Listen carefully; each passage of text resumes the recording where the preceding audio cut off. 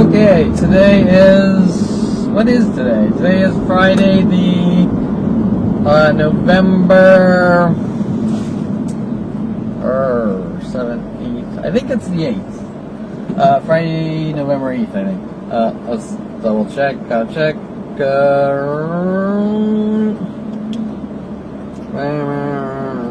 Oh, 9th. Okay, so today is the 9th. And, sorry, I got a new camera, so this should be a lot better. It's this little Yi 4K thing, and, tiny little sensor, so, it is what it is on that respect.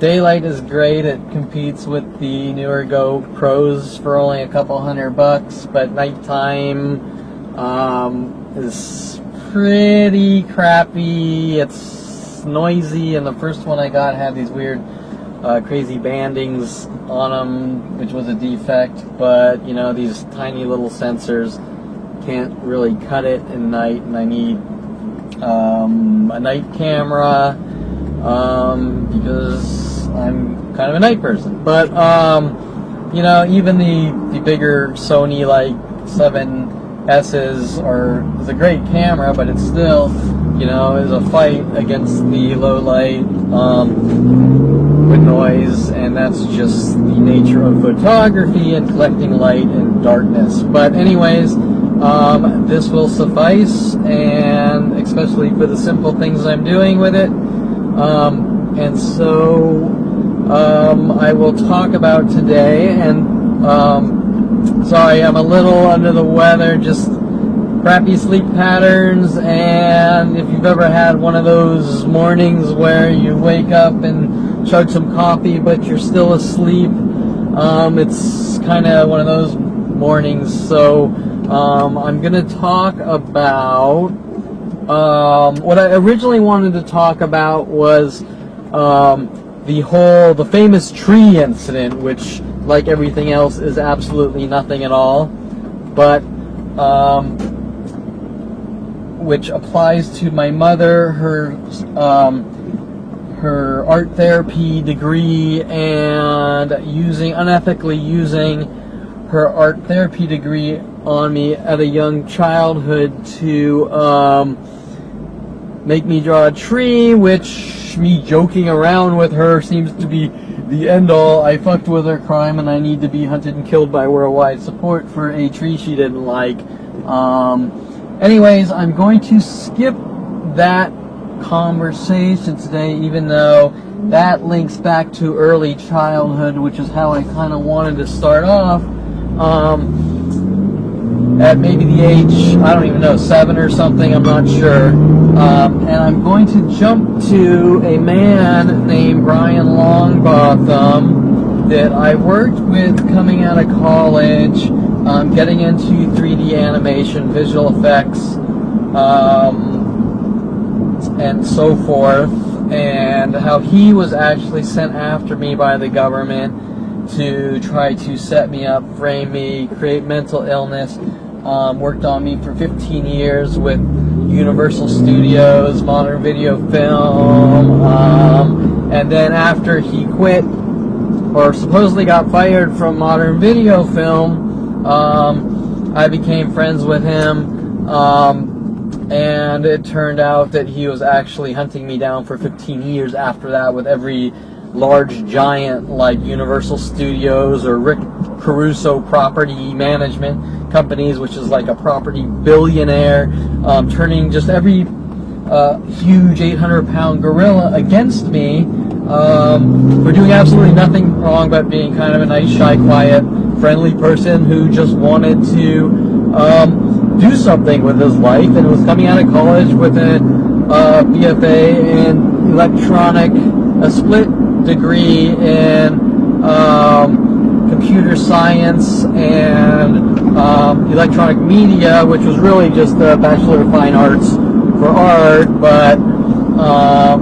that was with taking some computer science courses and fumbling around, and then getting into the art department and realizing that I wanted to be more of an artistic person because as far as some kind of astrophysics mathematician genius, that is not who I am. And I struggled miserably on stupid things like Fortran programming classes, where we had to write code for rocket launch trajectories, and I can remember just fumbling and being in the office with the teacher as he kind of helped me work through it. But you know, that's not my thing. If you're a genius and a mathematician, you're a genius and a mathematician. And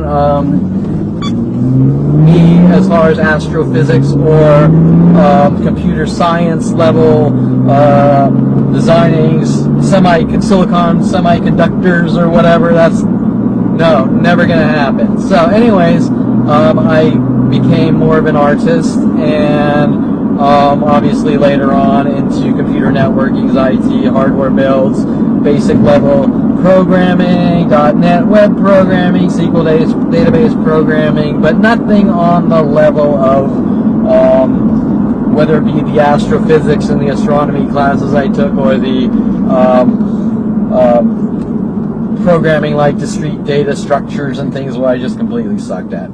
Okay, so anyways, and actually I wanted to jump back from the last couple of conversations I had regarding Christy Reynolds and the movie Creepshow with the cockroach segment, because I didn't really explain much the segment, which Creepshow is, it has like 4 or 5 30-minute shorts, you know, comic booky horror shorts, and I didn't really explain what it was about, I don't think, in my last dialogue. So I kind of wanted to quickly explain that and the relation. Plus, I watched it last night just to sort of remind myself about it, and also look at the little specific, intricate things that, you know, aren't really lodged in my brain, that were used to try to flip me out and make it look like I conform to media, or try to snap me or break my mind, or whatever their motive is.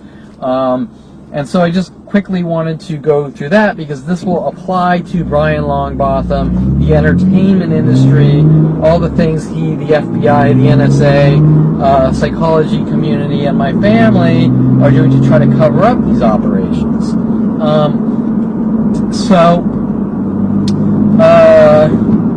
Okay, Creepshow. Basically, this segment in Creepshow was about, it's a scene with a guy with OCD named Upson Pratt, and that, if anyone knows what's being done to my life, and that is pretty much the entire planet, you can relate the names, which my family and the government, these people are so big on using names as literals and trying to flip me out. Example, Mike Huntley was sent after me because my middle name is Michael, to send me hidden messages that I hunt down and try to kill people, and all sorts of freaky things like that. So Upson Pratt, which my father was so big at taking me to the movie Up, and there's all sorts of Twitter jokes or social media jokes about, secret jokes and subtweets about the movie Up and Kevin Perlman, which nobody will ever admit to.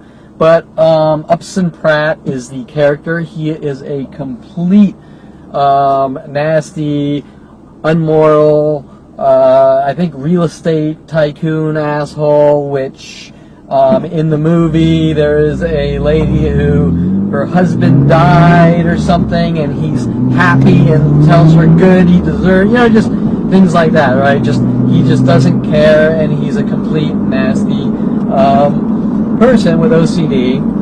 And the whole, 30-minute short is that he is in his penthouse suite office, and he's on the phone, and obviously one of the OCD the big things is germs, and so he is in a white penthouse clean suite where one cockroach after the next keeps showing up, and he's trying to get work done, and cockroach after cockroach just keeps showing up. And so Meanwhile, he's trying to do business and on the phone, and they show that he's just sort of kind of treating people like shit. And so, complete asshole. And ironically, Kevin Perlman, me, was labeled an asshole for some reason. I've been labeled an asshole with OCD for some reason. And so these are all the things that my family's taking out of the movie and applying and giving out to the world to sort of try to make it look like I watched the movie and I think I'm in the movie and I conform to the movie and things like this. Now, through the scene, there's a reference with a black person named Carl. Wait. I'm not sure the name. I think it was Carl's name. Whatever. Oh, Mr. White. That's right. Ironically, they call the black person Mr. White. And, while he's not really mean to the guy, he shows that he thinks he's above the guy by saying your people are good at things like maintenance, right? And so the entire context of Mr. White is it doesn't really bother him, but he thinks it's funny, some crotchety old bitter man with OCD, whatever, right? Which I believe might apply with the movie Ralph Bakshi's Wizards to how Kevin hates and belittles and doesn't like black people and all that bullshit. But whatever. So anyways, there's Pratt, and then I think it's like a real estate or at least business manager's name is, I think that's Carl Reynolds. And keep in mind, my stepfather, Arnold Silber, is a real estate tycoon, which runs around saying that real estate is like people on monopoly boards kind of trying to make me work on their little Kevin's playing games with people's lives bullshit.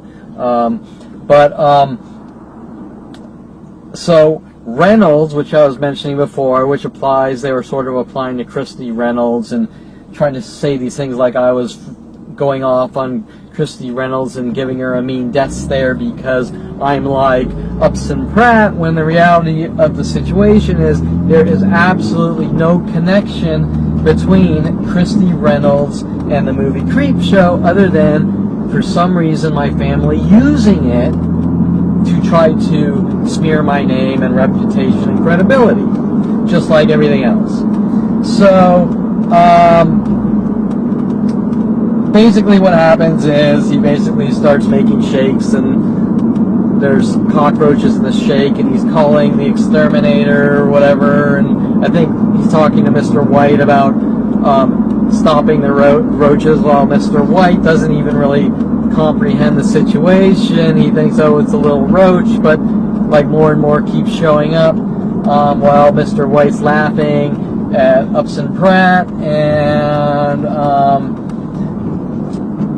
at that point I think things get really bad and you just start seeing like hundreds and hundreds and more showing up on the floor, which applies to my mother's comment that my brother woke up and he went downstairs in the kitchen and there were hundreds of cockroaches on the floor in the kitchen, which back then I even had a hard time believing, but I never necessarily said it didn't happen. And so then what happens is he basically has like a heart attack because these hundreds turn into thousands, and he goes in a little secret clean room to try to get away from them, and then the clean room fills up with like 10,000 cockroaches to 20,000 cockroaches, and finally his nervous system gives out as he is bugged to death, if you get the reference of me being provoked by one person sequentially after the next worldwide until I have a heart attack or my nervous system gives out. And so that might also apply to the fact that everyone is violating my privacy and watching everything I do to show the world that Kevin Perlman is a horrible monster, which isn't true. But if you want to apply literally the name Creepshow, where people are just going around saying Kevin's into kiddie porn. Kevin's a pedophile. Kevin is a car thief. Kevin is an asshole which treats women like crap. Kevin is this. You can sort of apply what they're doing to references, suggestions, hints to the movie Creepshow. And so, while I can't really make a direct connection with the black community and Mr. White, you know, it's hard to say on that one. But there was a character, by the way, in the movie Reservoir Dogs by Quentin Tarantino. Mr. White is too, but Mr. White, but whatever. So, anyways, you get the idea, right? He's basically bugged to death until he dies. The same thing that's being done to me my whole life with worldwide support, which is very strange. So anyways, that I wanted to go into that, I'm sure. Oh, and there's a thing where they do things in twos. I don't remember exactly what was said in twos, and I'm not sure if it was by Mr. White or not, but they say something in twos, and for years I've been trying to figure out why people keep parking identical cars in twos, and they say, like, yes, yes, okay, bye-bye. Well, bye-bye is normal, but they say it from person to person in repetition. Doing these things in twos to me over and over. For example, if I go to a coffee shop, 2 people will come in army camos, then 2 people will come in wearing black and white, then 2 people will come in wearing black pants and a yellow shirt, then 2 people will come in wearing whatever. The next thing, you get the idea. And so I'm not sure if they got the twos tactic from that movie to do to me to flip me out, or if it's just because if one person does it, you don't pick up on it. For example, if one person parks a red Honda Civic in front of your house, you're never going to think twice. But if you see 2 red Honda Civics together, you're going to say that's strange and coincidental. And then if you see 20 pairs of those every hour in front of your house, you're going to say something really fucked up is going on, right? And then when you start talking to people about it, they try to make you look crazy and refuse to let you show them, or they cut you off mid-sentence trying to set you up or whatever, pretending it's not happening, and no matter how much photos and videos you have over an 18-year period in the 10s to 20s to 30,000, 40,000, 50,000 of these photos just in front of your house, right? I mean, maybe once every 4 months you see 2 cars like that parked together, but 20 pairs an hour, right? And where it gets even worse is maybe you walk in your house, there's 2 red Honda Civics together in an hour, you walk out, and there's 2 blue Honda Civics where the 2 red Honda Civics are, and then you go to the beach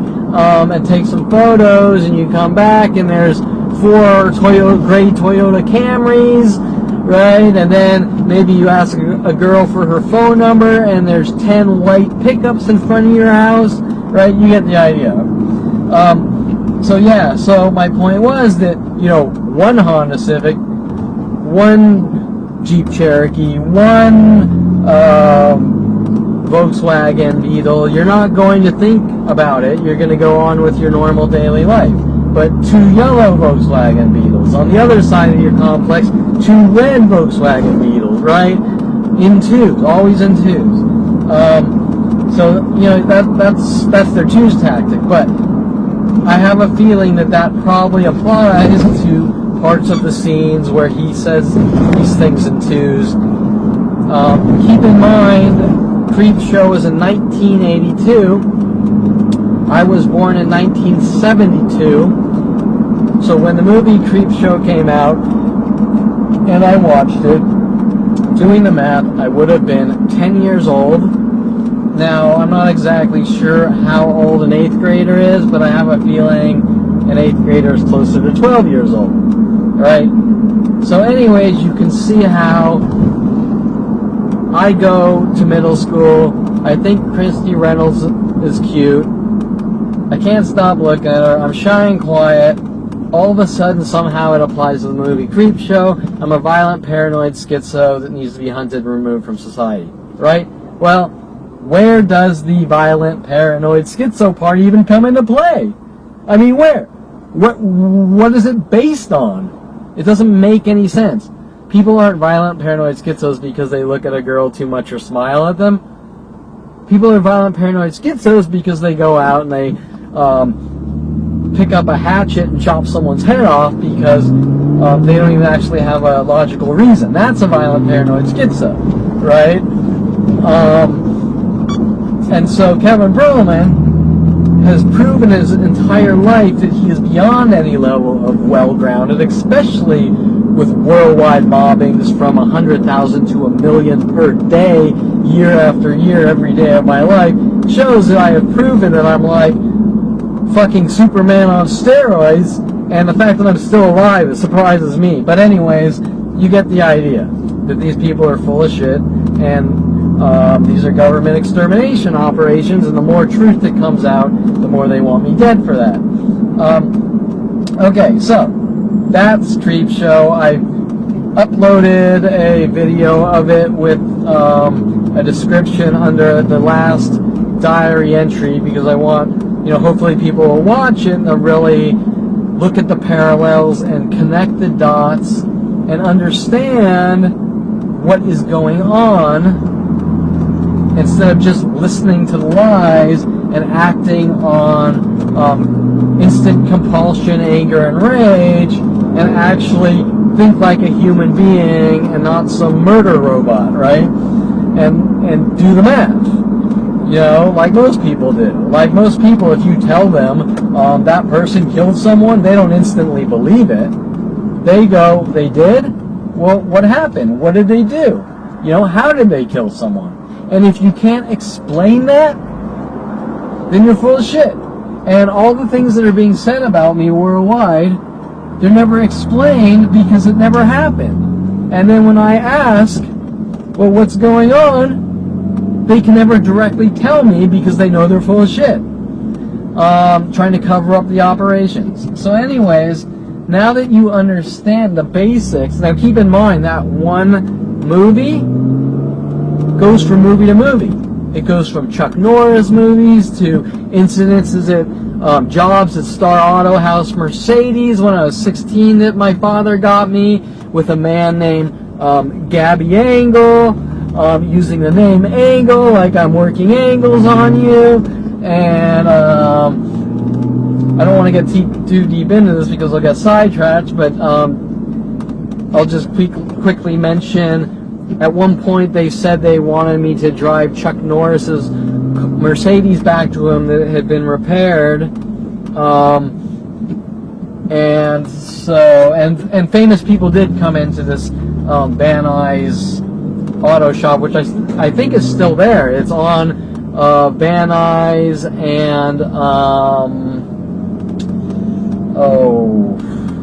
it was by Van Nuys and Burbank or Van Nuys and Oxnard on one of those small streets. But Star Auto Haus, H-A-U-S, Star Auto House Mercedes repair, and that sounds German to me. And there was a whole incident with the pissed off person that was kind of teaching me things that I was working under, and he threw a wrench at me. He first said fuck you to me, which I now know applies to me saying fuck you to my mom at 14, which they were working some angle. I think I might have said like fuck you back to him, and then he threw a wrench at me. Then it was I drive what's his name?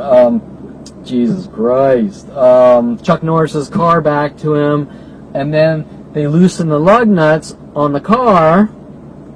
Now, whether that was an intentional sabotage or an accident, well, being that this happens on a daily basis, I'm pretty sure the guy loosened the lug nuts to try to cause an accident. But more importantly, I believe that even though I haven't told many people about that, I believe probably the world was told that I loosened the lug nuts on the car, just like everything else in my life where people keep doing things to me, and then in order to cover up what they do, they say I did it, and then they say that I'm a schizo, right? Things, just freaky things like that. So I'm pretty sure what happened was they loosened the lug nuts, tried to cause an accident with the amount of people I've watched throw their vehicles at me and try to cause accidents to make me look like a reckless driver, especially with Officer Sean Dinsey's discovery that I have driving problems, and my family saying the same thing, that I have driving problems, when I have always been a beyond any level of exceptional driver. When I was 16, going to Los Angeles County Raceway bracket racing, or now, and I can tell you that almost every car I've ever drove, as you can see right here,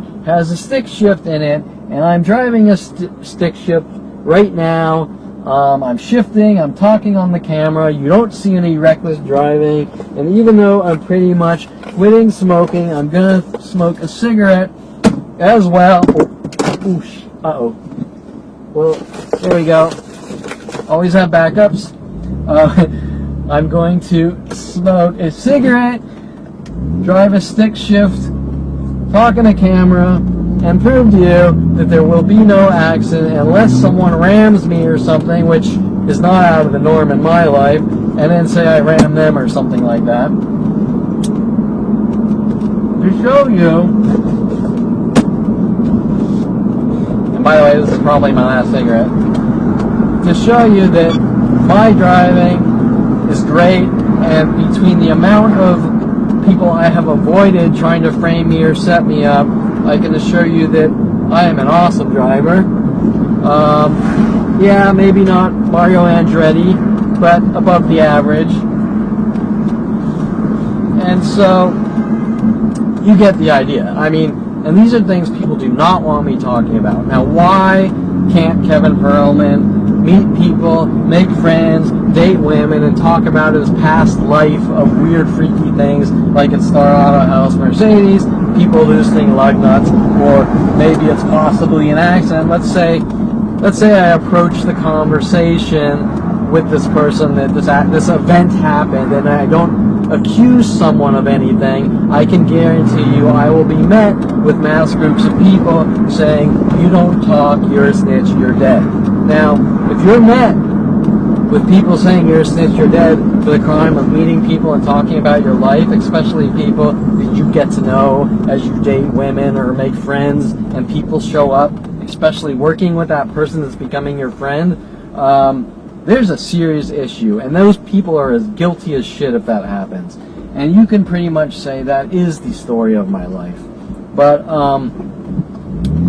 okay, let me just pause this here and reroute because I gotta plug some information. Well, no, wait. I gotta prove to you this beyond any level of childish act that I can smoke a cigarette and drive without an accident. So, I will finish the cigarette, then I will pause the camera and redo my GPS. Now, I wanted to update you on these events or these situations because I now want to proceed to Brian Longbotham, the entertainment industry, applying to Universal Studio jobs, which were pilots, to modern video film, and after, or before and after, our friendship for 15 years, which was pretty much the same as every other friendship, which is people coming into my life, trying to set me up, frame me, create mental illness, and rid me of the world.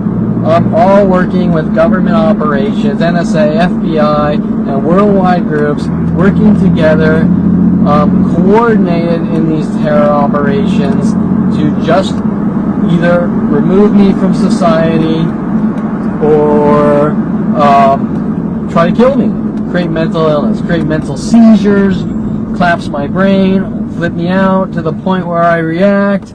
The police, like Dinsey, who has been working with my father and Mike Huntley, following me for 18 years. Dinsey is involved with the Topanga LAPD. I trace back 18 years of following me from place to place with these mass attacks to set me up in what he calls a neighborhood watch group against one man with worldwide support. In other words, the documentation on the front of my website, I have a neighborhood watch group on Kevin Perlman. He has driving problems and yada yada yada, means that when I drive out to Los Angeles or Las Vegas or San Diego, random people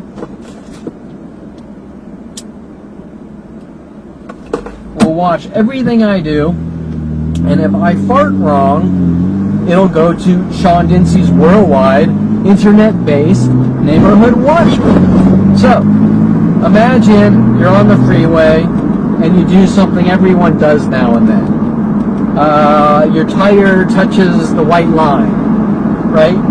All of a sudden, that gets reported to these neighborhood watch groups, which are worldwide, and people follow you around saying that guy's a reckless driver, so we need to remove him from society and make him pay for the crimes of being a bad driver because of imperfection that everyone does, right? Like going out on a date with a girl and you farted, therefore you're a woman hater and you're never allowed to date a girl again, are all on par with what's being done in my life. Now, the bottom line is that the definition of a neighborhood watch group isn't to have worldwide groups follow someone around and endlessly provoke them until they get a reaction to lock them away. That is not the definition of a neighborhood watch group. The definition of a neighborhood watch group are people living their daily lives and being alert about their surroundings, and if something happens, they call the police, right? So the things where Officer Dincey is contacting my neighbors, which has stated that on the stand, in courtrooms, on public record, basically show that illegal operations are happening because police officers are not allowed to contact people and tell them to hunt people down and pretend they're police. Those are called vigilantes, and it does not matter if a police tells you to hunt down and kill someone in the name of the law or not. That is a crime. And if you do listen to that police officer, you're involved in attempted murder or murder, which one of those people I can name. Well, let me name several names. Terrence Scroggins, my neighbor in Unit 1, and Greg Koenig, my neighbor in 2. But they're all involved, all the neighbors in my complex, in the MIT, and groups of people worldwide have all been contacted by the police and told to hunt me down and kill me, even with such statements from Officer Toro, obviously not a real name because he flat out gave it to me before even talking to me, and no police officer, as we know, just gives out their name, but who called himself Officer Toro, applying to a guy named Javier in one of their frame job or setup operations when I was 21 in Southern Oregon State College, trying to accuse me of something they were trying to set me up with, and stated if I ever take a picture of a person, he will exercise the law in his own way, which linked to Aubrey Fisher, mad about me for getting into studio photography, which all comes down from my family and parents. Either way,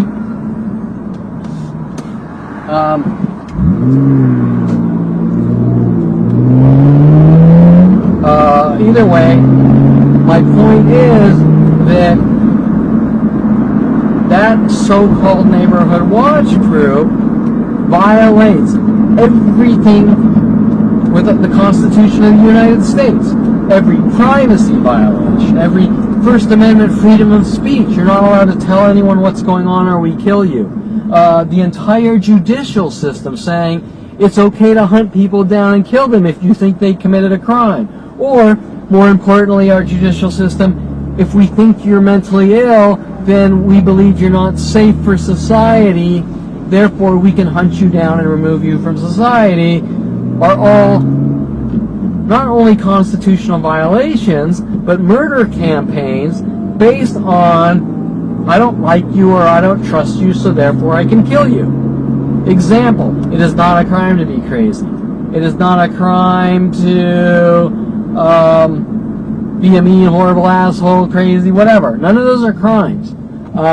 It is not a crime necessarily to be a shitty driver, right? It is a crime only to commit a crime, and therefore that's the reason we have the constitutional protections to protect us from vigilantes or Jew haters that wear police uniforms, or people that go, he's weird so it's okay to hunt him and kill him because I have a police uniform, right? That's the entire reason we have the Constitution of the United States, because if we didn't, we would live in Britain, dealing with oppression. And so that's the point, is that these so-called neighborhood murder operations, which they try to call neighborhood watch groups, aren't neighborhood watch groups. They are government agendas to stalk and kill people that are alive.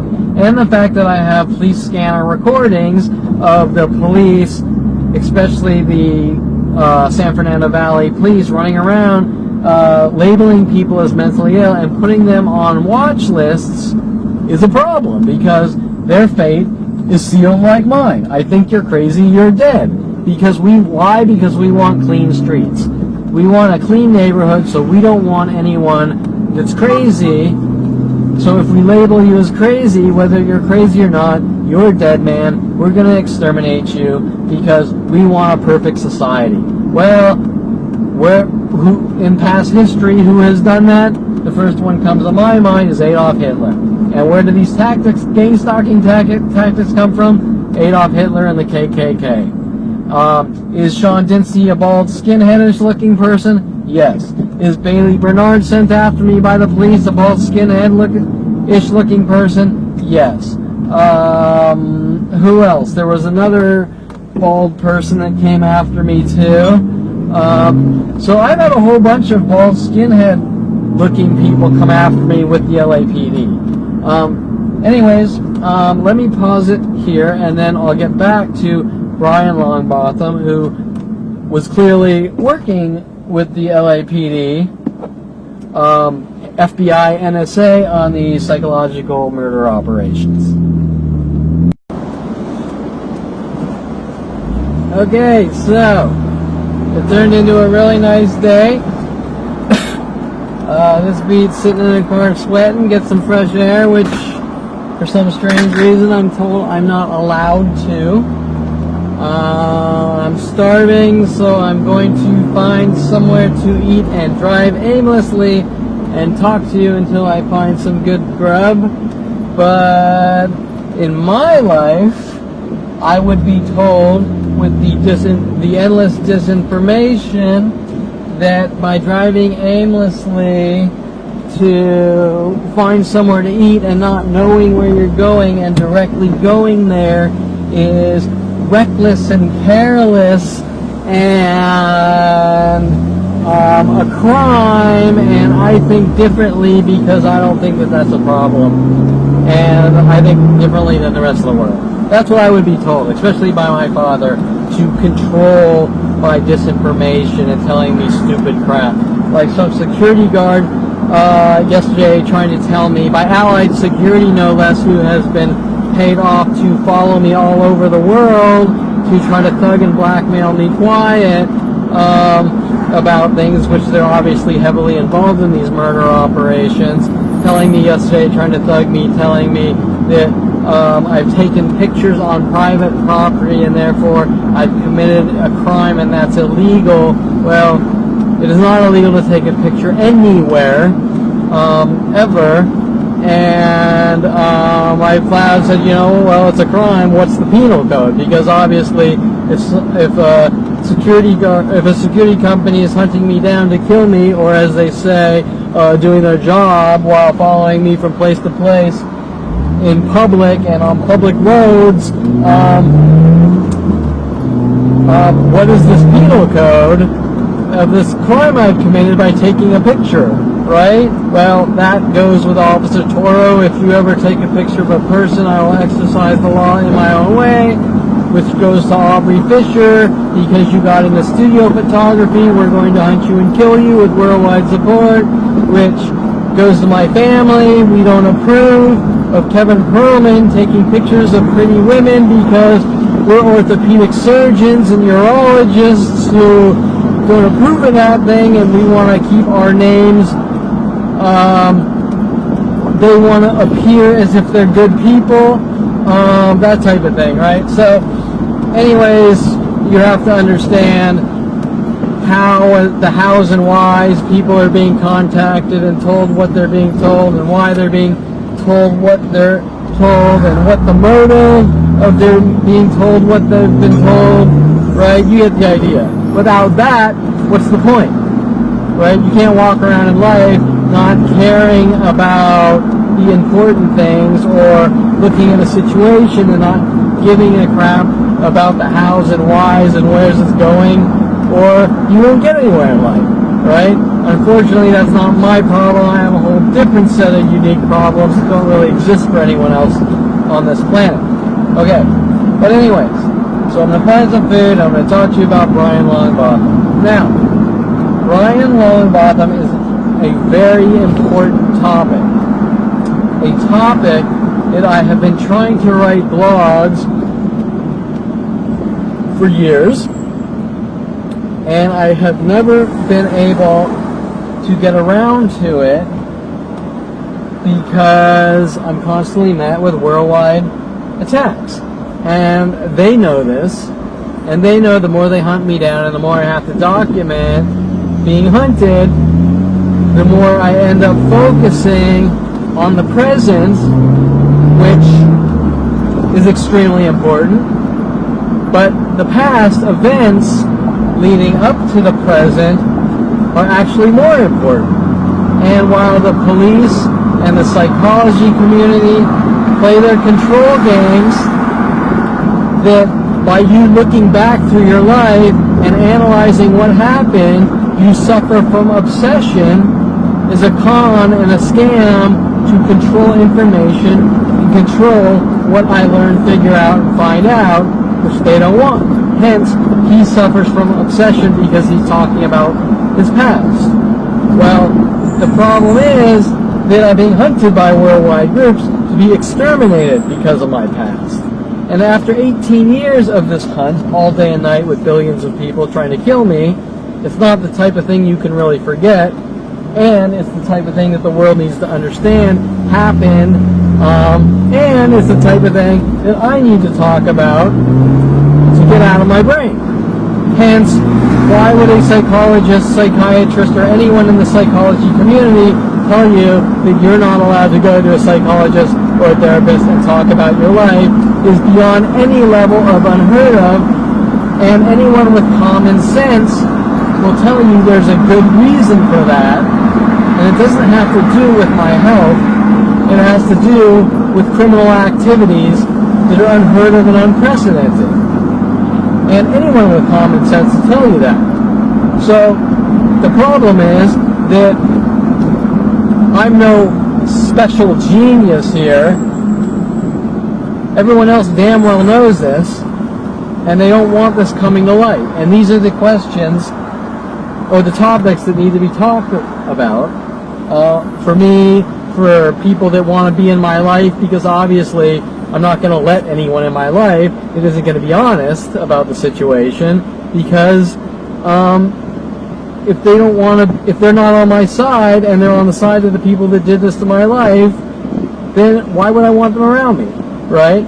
So anyone that's going to be in my life is going to have to talk about what was done to my life. Anyways,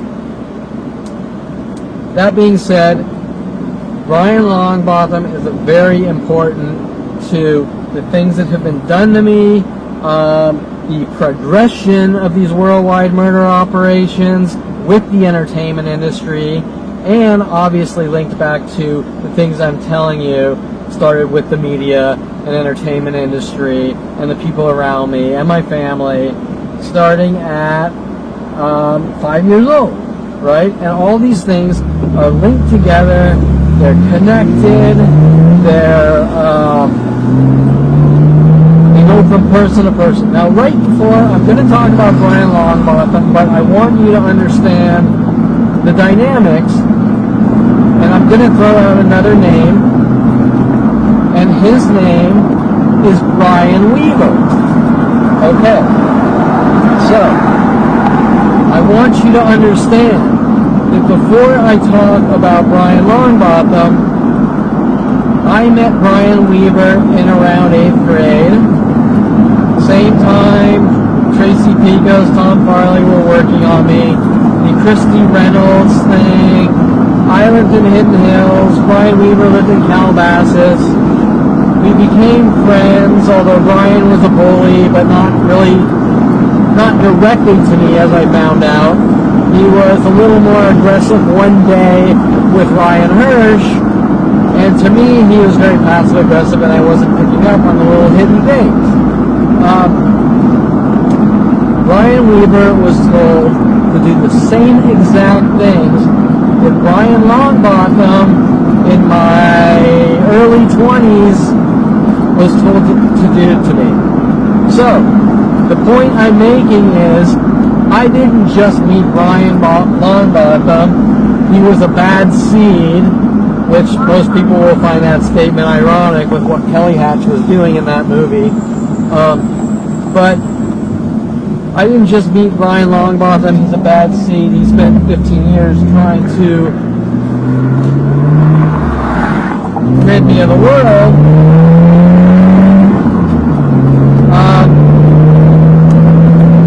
Brian Weaver, along with everyone else, so it's not just Brian's, but they like to use the same people, the same names a lot of times to try to flip me out. But Brian Weaver, starting in 8th grade, through middle school, all through high school, with all my friends, all my brother's friends, were all told to do the same things. So when I got into building cars at 16 in 9th grade, Brian Weaver copied me when he turned 16, but he copied me for the sole purpose to frame me and set me up, just like Brian Longbotham was told to do in the entertainment industry. And obviously, this goes from every person that's been in my life, my entire life. But I wanted you to understand that these connections that progress from one person to the next, worldwide, told to try to set me up and frame me and rid me of the world and then smear my name to cover them up. Okay? So now, I'll get into Brian Longbotham or Brian Weaver later and talk about all the car things he was involved in with Pineapple Joe at Hawaii Racing and all the things, the dragster things and the things he was trying to do to make me look out of control and his bullying to me and all these things, right? I'll talk about that later. I want to stick to Brian Longbotham. So, I'm in University of Colorado. I'm probably about, God, I don't know what, 21, I don't know, 24, 25 maybe, who knows. I think this was back in like 97 or something. I get into computer animation. I'm in the art department. I'm stumbling around a little trying to figure out what I want to do with my life. I asked my brother if he knows, this is obviously before I knew what my brother was involved in, but I asked my brother if he knows anyone that knows anything about 3D animation software, because unless you were going to one of those like special $20,000 semester schools per month or per semester, you couldn't learn it because 3D animation back then was very specialized, where Hollywood only used Silicon Graphics computers, which ranged from the cheap ones at 100,000 to the average work course, which was about $500,000. The Onyx, Silicon Graphics Onyxes, and I think the cheaper ones were called Indies, which ranged from 50 to 100,000. So you can imagine how specialized it was back then. Now everyone's doing on a $400 PC, right? Okay, so obviously University of Colorado and most normal mainstream colleges weren't geared towards computer animation and visual effects and teaching, but it was something I wanted to kind of see if I liked. And so I asked my brother if he knew someone. He said he knew Darren Moselle, which we grew up with, and Darren Moselle was writing, probably still is, for the entertainment industry, and there's probably a lot of connections with Darren Moselle and this being done to my life, especially when Mike Huntley in our office was digging for information by saying that he didn't like Darren Moselle and he didn't talk to Darren Moselle for no reason at all. He just brought it up out of the blue, which I didn't really think either way about it, because why would I care less about Darren Moselle? Some guy that's not my friend is my brother's friend. Means really nothing to me in respect I don't like him or hate him. I just kind of knew him, and I had some social interactions with him now and then, but that's it, right? So my brother says, Darren knows, and Darren tells my brother that Darren tells my brother to tell me that there is a PC program called 3D Studio, and check it out. And keep in mind, there was not much around, and this was when Windows was back in like Windows 98 or Windows 95. So this is the early days of graphical interfaces for PCs. Now,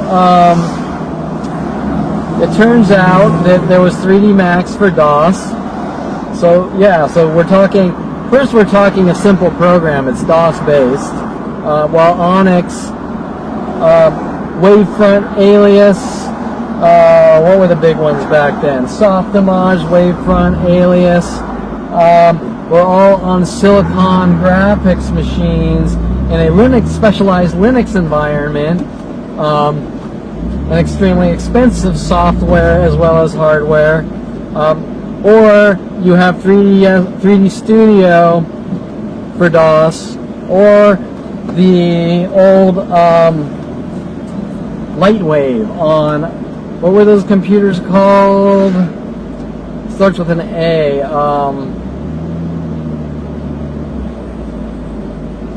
God, I can't remember. They were like a specialized Commodore or something geared towards graphics. Lightwave on, I can't remember. I'm sure it'll come to me, but it was a special. They weren't that expensive like Silicon Graphics, but you had to invest a good maybe $4 or $5 grand for the hardware, and then Lightwave, whatever. I can't remember the name. Now Lightwave you can use on PCs, which nobody even uses anymore, I don't think. And this was even before 3D Studio Max with a Windows interface. So very simple. So I noticed that University of Colorado had a academic version of 3D Studio for like, I think 800 instead of 3,000 or something. And so I bought it. This was also before the internet, and I just read books and learned it on my own, because they didn't have it in the college computer art classes, whatever. And I'm sure Tom Farley was running around trying to say that I'm competing with teachers and things like this by learning 3D animation on my own when you couldn't learn it from teachers. So I learned this and I learned that, and I incorporated some of that art with my classes that nobody else could do because nobody else took the time to learn it on their own. So whatever. Now, whether people are running around saying Kevin's a computer snob because he's doing these things that we aren't, well, that's pretty that's a pretty pathetic personality. Instead of someone saying, I want to do that too, I'm going to take the initiative to do it. But anyways, I don't want to get into personalities from angry, bitter types of people.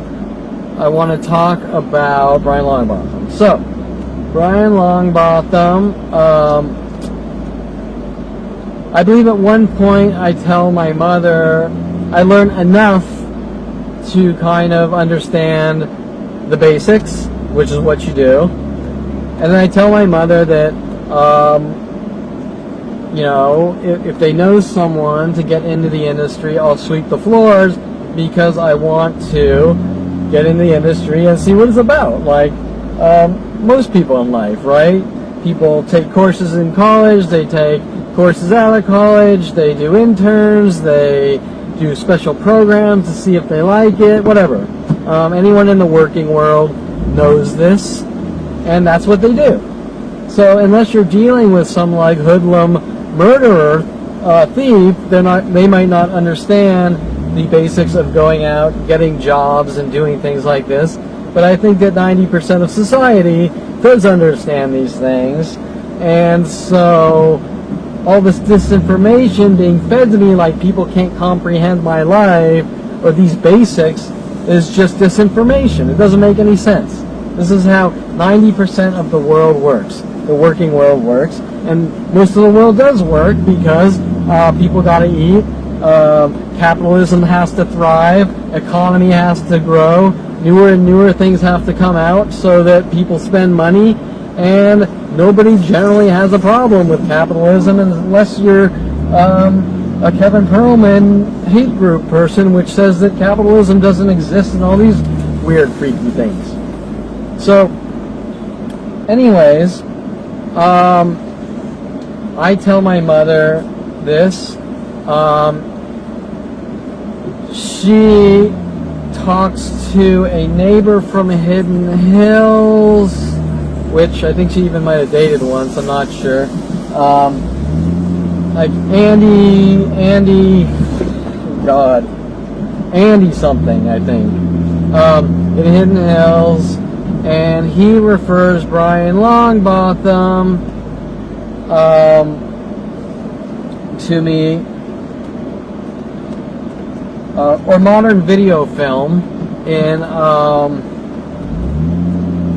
Burbank, you know, right by Universal Studios and Warner Brothers, but a smaller firm which really seemed to make their money with Saban's jobs of Power Rangers and that crap, you know, cheeseball crap. He would buy all this cheesy Power Ranger Japanese footage and reuse it and convert it into American footage and things like this, and it sold. It made millions for the kids, right? Whatever. Even though the shows are complete crap, I'm not making any judgments because obviously it's about making money and entertainment, and so whatever, it works, and they made money, whatever. Anyways, Brian Longbotham. So, you know, I'm just a schlep kid trying to figure things out, and they hire me for some internships, and Brian Longbotham was my visual effects supervisor, and I did a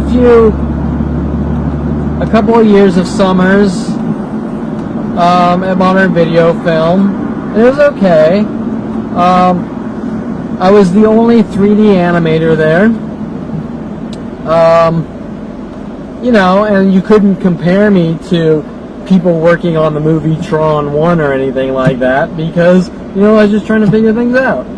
Plus, I didn't have access to real hardware like Silicon Graphics machines, Alias Wavefront, which everyone was using, right? I was stumbling around on 3D Studio, DOS, which couldn't do what any of these other packages could really do.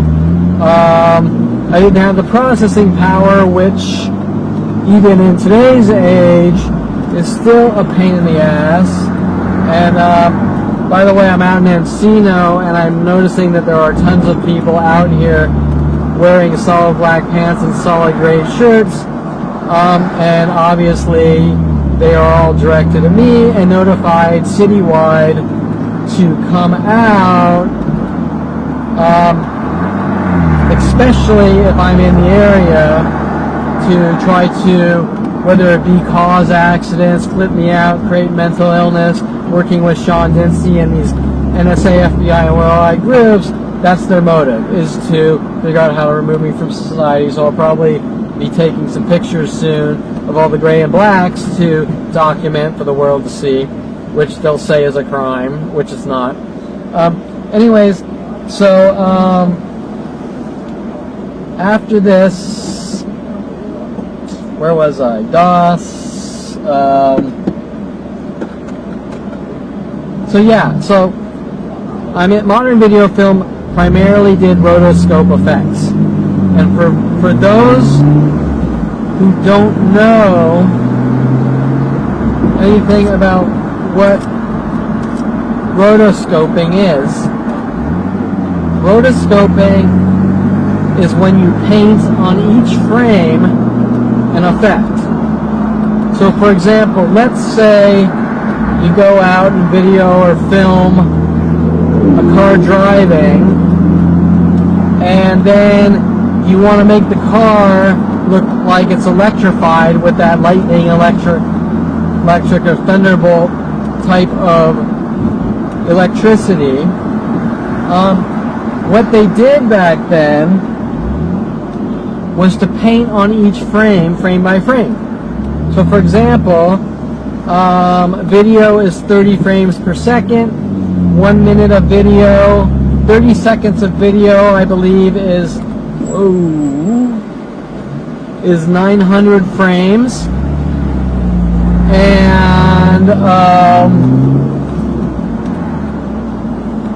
1 minute of video is 1800 frames. So let's say you have a car driving, you have 10 seconds of video where you want it to look like there's an electric field around it.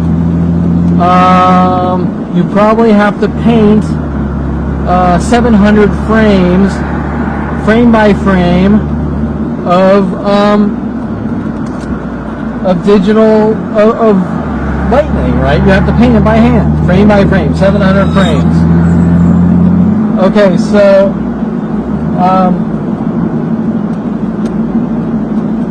and that's how they did it, and they probably still do that a lot of times, but that's primarily the type of visual effects they did, and they had their big expensive rotoscope computers to paint frame by frame in modern video film. So Kevin Perlman comes in, they had 3D Studio on a computer, which I was happy as a clam. And I just, figured out what I could do, and I couldn't do a lot, and truth be told, 20 years later, this is 2018, it's a lot easier to do things now, let me tell you. Back then, you couldn't really freehand sculpt, you had to very mathematically build organic shapes. Now you just sculpt it with brushes and pens. You didn't have the processing power, the speed, the graphical interfaces, anything. So trying to compare today to the mid-90s is like a 1960 Volkswagen Beetle compared to a 2018 BMW, right? They're apples and oranges. But anyways, so I go in there. They have Rick Schick sitting on the computer that had 3D Studio on it, obviously putting 3D Studio on that computer for me, which I didn't really think about at the time. And Brian said, okay, Kevin, let's see what you can do. We just happen to have 3D Studio, and showed us what you can do, and I did a few test things for him, and then they moved Rick to the other room, which is what happens in companies. Rick did not get fired. I did not get rid of Rick. Rick was just moved to a different office with a different computer with rotoscoping software. Now, my family and Brian will tell you that I somehow got rid of Rick and moved him out of there and migrated him, just like the things of them trying to have Kelly Hatch hunt me down and then play victim, right? And so, even though absolutely nothing happened, that's not what the world's told. The world's told that I walked in, I tried to get rid of a guy, I made him switch desks, I did this, I did that, I did the other thing, blah, blah, blah, and it all goes worldwide. Now, why does that go worldwide? These are the questions that everyone should be asking. Simple, everyday, normal things are taken out of context, turned into crimes, and go worldwide, with worldwide groups hunting me down. Okay, so I can't really remember Rick Schick much, but I remember he was a really nice guy, and I never had a problem with him, just like everyone else. Okay, so now I'm in the office. They've moved Rick Schick somewhere else. I do some cheesy effect jobs, motorcycle transformations called Chopper and Mango with a car Mango, which I believe actually at this point, which I never thought of until maybe about 38, I believe were actually suggestive things to try to accuse me or get confessions from me from, or I should say coerce false confessions.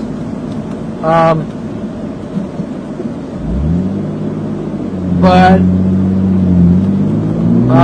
let's see. Aside from that, little hiccups and stupid things of normal life, I can't think of anything. Now, I take this job. I can recall struggling on some jobs because 3D Studio is very simple, and I wasn't good at creating organic objects from mathematical objects. For example, now with today's technology, I just sculpt it and do what everyone does. I sculpt it, I retopo it, downsize the mesh, subdivide it, and it looks really cool. And the average artistic person can now do what back then you had to be very logical and technical and build these objects based on these routines of, for example, rounding objects and trying to visualize what they're going to look like later. Example, I take a square. Back then it was you take a square, you extrude some faces, you subdivide them, and this is actually probably even later than then, subdivide the faces to get them round, and then you sort of have to think ahead that if I make this cavity based on squares and smooth it, what is the eyeball going to look like, right? Well, now you just take pens and brushes and you push it in like a piece of clay, right? Well, that means that you've just opened up doors for people that are less technical to create beautiful art or do 3D effects. Anyways, there was some struggling, but the reality of the situation is anything you do with 3D animation will always be struggling and learning, no matter how good you are, because it's a very vast technology. Needless to say, there was a point, I won't go into specific minute details at Modern Video Film, but I will get to the point where Brian Longbotham got fired, and supposedly he got fired because they left someone's credit out and he felt that they deserved to have the credits, and he got in a dispute and they fired him supposedly because he wanted their credits in the in the credit roll for their recognition and hard work. That was what I was told. Brian Longbotham was supposedly fired for that. Now, right before that, they offered me a full-time position at Modern Video Film for very low pay, which it wasn't all about the money. What irked me wasn't the pay. Oh, we got tons of grays and blacks. Okay. What irked me wasn't the pay. It was the fact that I wanted to learn things that were going to benefit me in the industry. Example, they offered me a full-time position for low pay. That wasn't the problem. The problem was that I wanted them to, invest in some Silicon Graphics, some cheap Silicon Graphics equipment for my future. Because I knew that learning 3D Studio, DOS, back then, which is now more of a game development platform, and now the platforms are more universal, so people do things cross-platform now, not like back then. So I wanted them to invest in some cheap Silicon Graphics equipment so that I could learn things that apply to TV and movie, because 3D Studio, even 10 years after, was never known as a visual effects software. It was known later on, after 3D Studio Max, it was known as the game development tool. And it's still, I don't think, recognized in Hollywood as a direct visual effects software. They're still using things like Maya and 3D Studio, Maya. The big one is Maya. Maya is the leader in TV and movies. And then after Maya, they use Houdini for the more specialized crazy particle system, the harder, more difficult effects. They were using Softimage for years, but now everything's a lot more fragmented. So, for example, they might have some modelers on 3D Studio Max, and they might have some Softimage modelers, and they might have some Modo modelers, and they might have some Cinema 4D modelers, and now they just export the models, and when it's time to go into the pipeline for the the production, it'll go into it'll go into Maya, right? So now in 2018 they're developing cross-platform and exporting and bringing all these fragmented models and textures, which are all universal, into the same package in the end, right? Whatever, and it gets very complex. But back then it was a whole different story. Anyways, I'm going to stop for now because I found some food, and we even had a guy standing in front of, where am I? I'm at the pizza cookery in Encino, with a guy with solid black pants and a solid gray shirt standing across the street staring at the pizza cookery in case I come here, with tons of people in Encino wearing gray and black. And I'm here with a parked backwards Prius, white Prius, with a Keys license plate directed at me. And the reason they use Priuses is because I made a joke about 8 years ago that I'm a hybrid and I'm part nerd and part artist, and so now they use white Priuses to send me hidden messages, schizo messages about myself, and then they have the Keys plate, which is some kind of confession they want about Keys, hence why Rhodey took me to the Key Club to try to get confessions that I killed someone. Anyways, I'll leave it at that, and I'm going to get some food, come back, eat, and then continue about Brian Longbotham and Universal Modern Video Film and all that. Okay, and rest my voice. Not used to talking a lot out loud. Told I'm not allowed to talk to people. Okay, I'm back. Oh, I don't know if this started, but so I'm back, and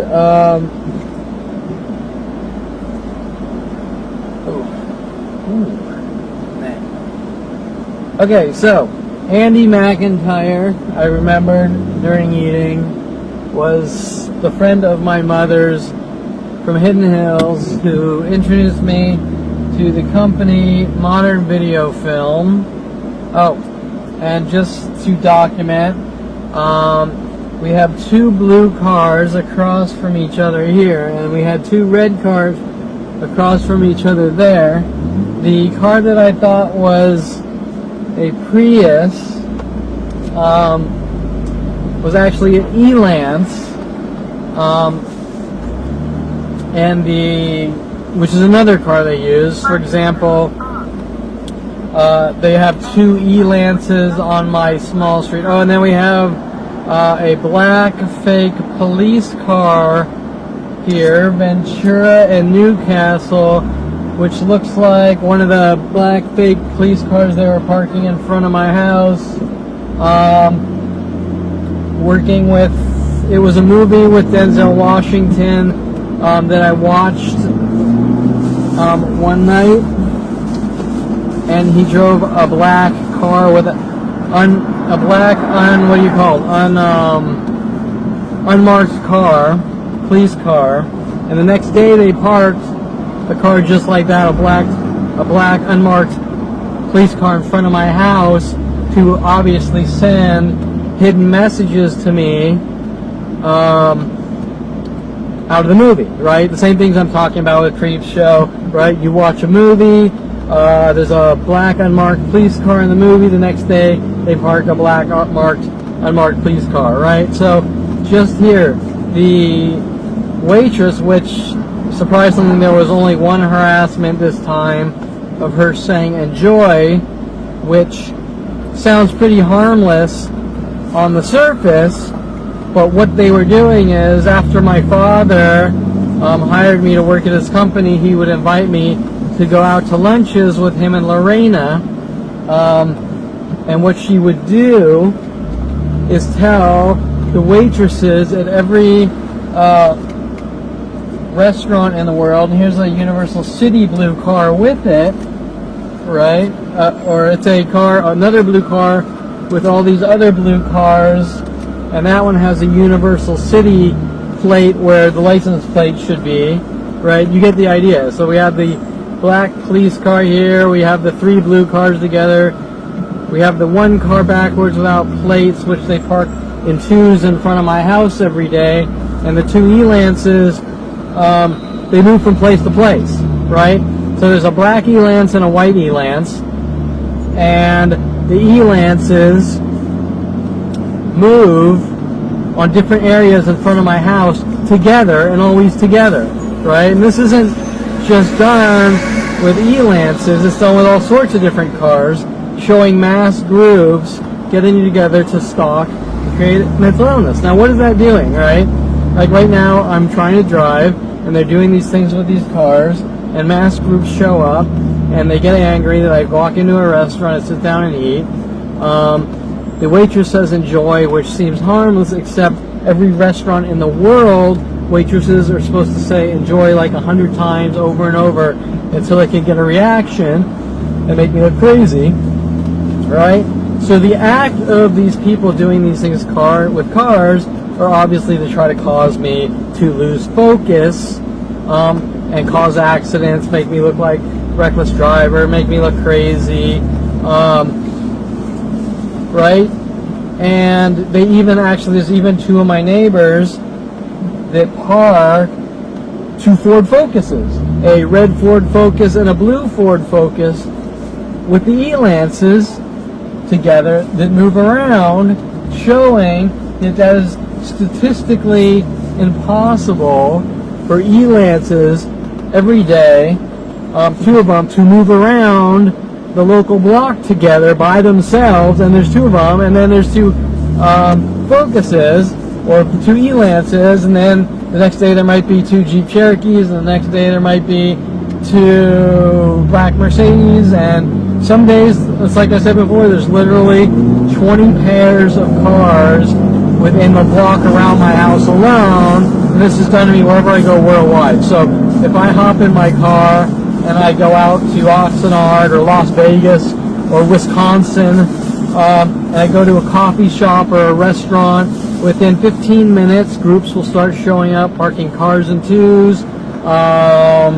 Everyone will know me in each and every place, mimicking my social network comments or sentences from other people that I had normal conversations with, you name it. So anyways, you get the idea. Okay, so let's get back to Brian Longbotham.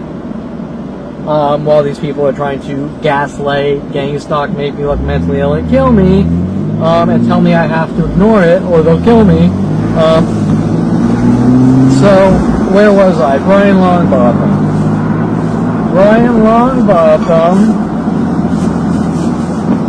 I was talking about the point where he got fired.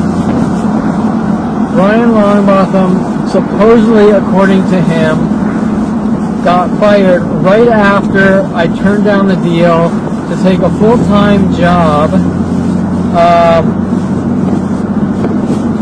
for a really small amount, and they didn't want to upgrade the hardware to the hardware they use at movie studios.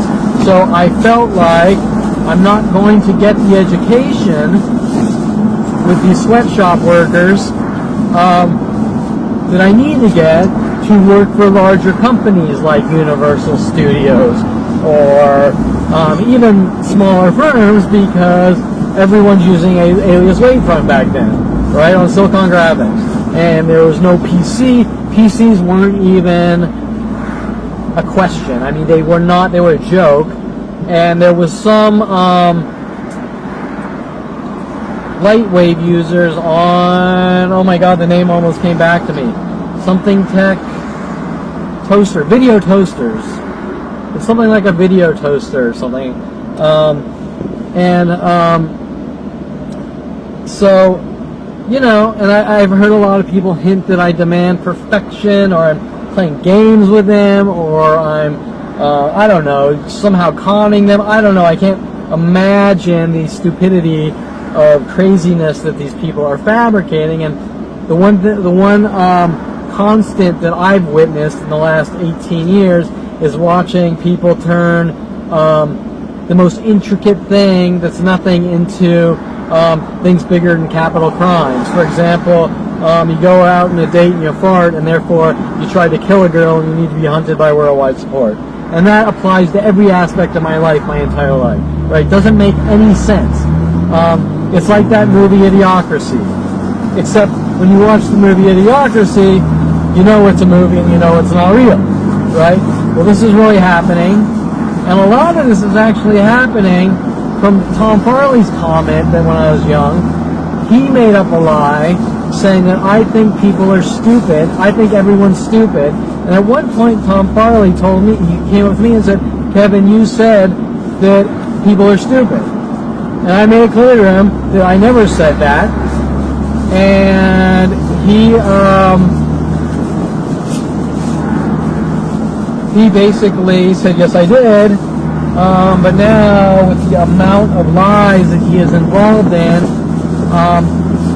with Christy, Reynolds, and all the other things, you get the idea. And also, watching Creep Show last night, that segment is a scene, I think, where Upson Pratt says that people are stupid, or everyone's stupid.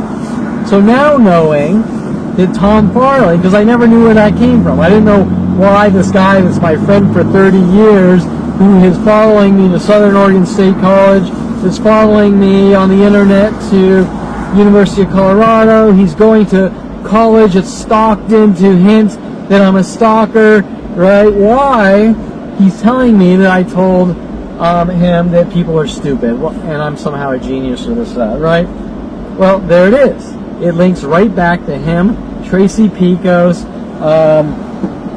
what's the movie, the Creep Show, whatever. Okay, so that's the reason I didn't take the job, because I felt that it was a dead-end job, not using equipment that applies to the job market. I mean, if you're investing your time learning things that nobody uses, how do you get a real job, right? Okay, so anyways, I don't want to spend too much time on that common sense, which for some reason people don't have, which doesn't make any sense to me, because they really do have it. And I want to now talk about I don't take the job. This whole thing happens where Brian is supposedly trying to be a noble person, and he's fired because he's demanding that someone is put in the credit roll, and he gets fired of it. Sounds to me like a pretty good guy, and he wants the youths that are working under him to have good futures. That's what it appears anyways on the surface. So now he gets canned, and he tells me that he is suing, or was suing at the time, Modern Video Film for breach of contract, stating that he had a contract, stating that he was doing all these things and working for this amount of time in this period of this. Okay. So on the surface, Brian does not sound like a shady cat. And if someone wants to isolate the word sue and say that all people are bad who sue, well, that person's a nut job. Bottom line. And to sue for being wronged is why we have judicial systems, especially civil courts. The whole concept of civil law, or criminal for that matter, is for people to pay based on damages. And so,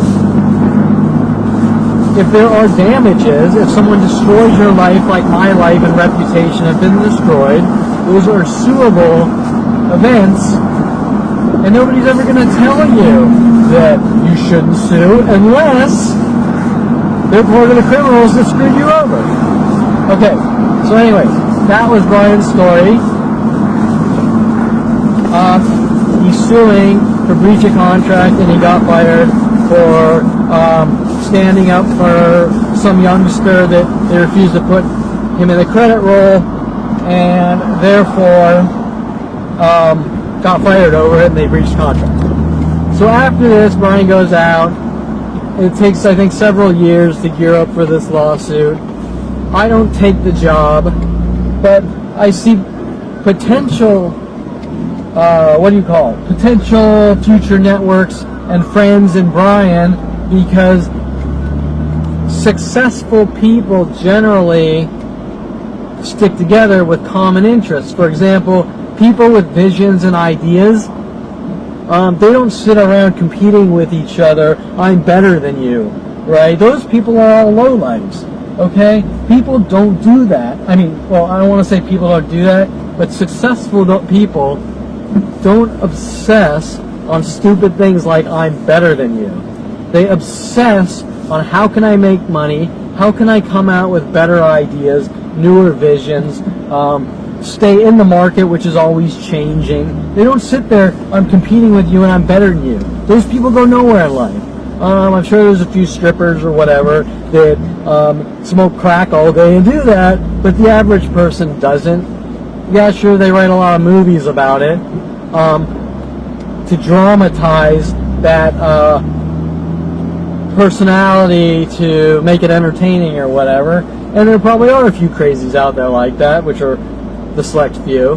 But real successful people, you know, like Mark Zuckerberg or whatever, don't sit around obsessing on I'm better than you. They obsess on how can I make a dream come true, right? Those are the people, or I should say those types of people don't hang around with those nasty 9-to-5ers that think, and I'm not saying this about all 9-to-5ers, what I'm saying is that there are a good amount of people that have zero vision, and so their mentality is, I'm going to come in late, I'm going to leave early, I couldn't care less what I provide for the company or anything else, give me my money, I did my job. Now, I'm not saying that's wrong, because there are a lot of people that aren't visionaries, that's not their thing, and they have families to feed, and that's all that they can grasp. I'm not saying it's a bad thing, but what I am saying is that personality is not the type of person that visualizes ideas, that makes those ideas happen. Hold on, we gotta wait for the sirens to go by.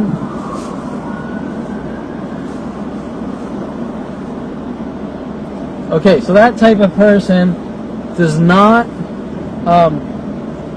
visualize an idea, make it happen, work 100 hours a week without getting paid to make it happen, and risk everything to make it happen because they're too busy pissing and moaning how everyone else are bad people or this or that, and they're crazy because they have dreams. And I'm not trying to throw negative judgments, I'm just saying that a lot of time that type of personality can't comprehend the obsessiveness that it takes to start a company, make it happen, have no money, follow your dreams, or do the things I was doing, like working IT, and at nights or on the side building my own companies to do something larger and bigger and get away from my father's psychotic company and things like that. After the Mike Huntley, I found out Mike Huntley was stalking me for 25 years with Signet, with that company, right? So what I'm saying is that judgmental, a lot of times you meet some judgmental people and it's, you're a crazy man and a visionary and it will never happen, and you know, I go to work from 9 to 5 and I feed my kids and yada yada, and that's all good things. But once they start belittling you and saying that you're no good and you're a crazy man and we're going to get rid of you because you have dreams and visions and you're making them happen, and you suffer from OCD for investing every waking moment trying to do something with your life that is bigger than a 9 to 5 job, that's the crap that I've been met with all my life. And so much so that they sabotaged everything, and it turned out that it wasn't really about judgmental people, it was about an agenda, but you get the idea. Anyways, back to Brian. I become friends with Brian for all the reasons I'm stating, is that he did not fit the profile of a 9 to 5er with zero creativity, zero thought, zero drive to make shit happen that hasn't been done before. He came off, especially with his select visual effects background, as someone who is a thinker, who makes things happen that have never been done before. Unfortunately, looking at Brian's IMDb profile, it appears that, well, he had a few visual effects jobs before modern video film. It doesn't look like he's ever done anything after in the entertainment industry. I don't really have much knowledge other than that on the surface, but I can tell you my interactions for 15 years after I didn't take the full-time job, and Brian was in a lawsuit with Modern Video Film for breach of contract, according to him. And while he met people like Michael Bialis and Victoria Walker, Michael Bialis was a forensics, a law student who was working at a forensics law firm for him, and then he introduced me to Michael Bialis with the Rudy the Rubber show on public access, because I had my little CG jokey character applied the Happy Sperm, which I did at Universal Colorado, just fucking around with 3D Studio Max or whatever, learning and having fun. Well, turns out they had ulterior motives, whatever. But because Michael Bialis was sent after me with Victoria Walker, which are conduits to Brian Longbotham, obviously meaning he pretended to be fired to hunt me down. Now, these 15 years with Brian, which I wasn't paying attention to the fact that this, whatever he was, 50, 60-year-old preying on a 28-year-old, no, 26-year-old probably, was befriending me for the sole purpose to rile up the world, the entire planet, after me to have me killed, basically. But like I said before, remember, this doesn't start with Brian Longbotham. I've given you examples of Brian Weaver, all the way back from, let's see, what, 8th grade, right? I've given you Tom Farley, starting in 8th grade. I've given you, actually starting before, I've given you Brian Weaver. Brian Weaver starting 8th grade and just working on me until I went to college. You name it, right? So it doesn't start with Brian. So you can't say that Kevin just happened to meet some psychopath and something went wrong. It goes from one person to the next, right? Okay, well, it is very rare that you meet a psychopath, and it's very rare a psychopath invests 15 years of his life trying to rid you of the world. And in my life, I can rattle off one sequentially after the next since 5 years old. Tom Farley worked on me for 30 years. Mike Huntley worked on me for 25 years. Brian Longbotham worked on me for 15 years. I can go on and on, right? You don't think those are government operations? Okay, so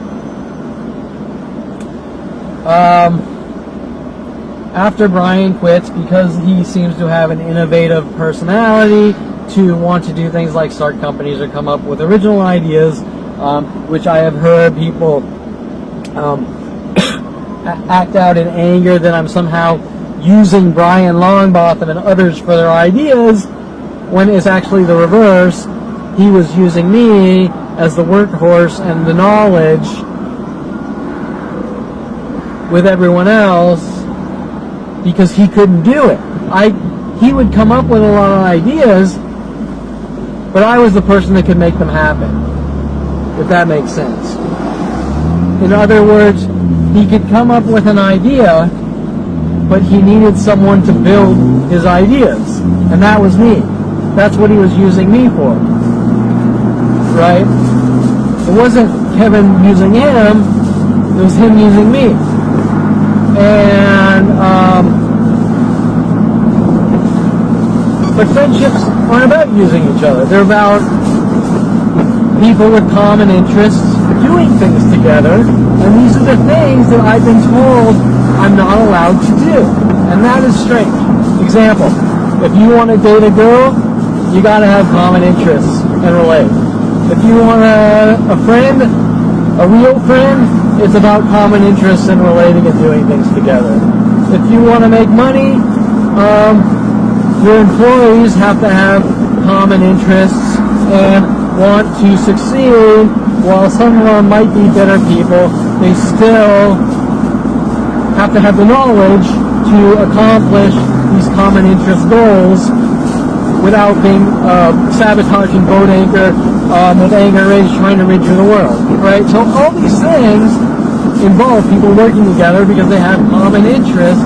It is very rare that people come in your life with the mentality of keep your friends close, keep your enemies closer, which is the dictionary definition of my family and everyone I've ever known. Okay, so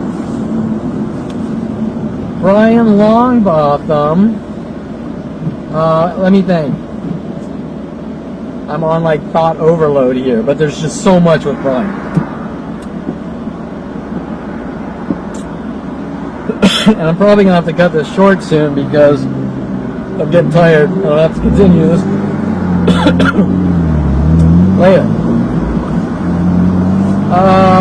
Okay, so while there are tons of events with Brian Longbotham across this 15-year period, which seem to link back to my family, and someone sent after me with my family and government to try to control, torture, terrorize, destroy my life, you name it.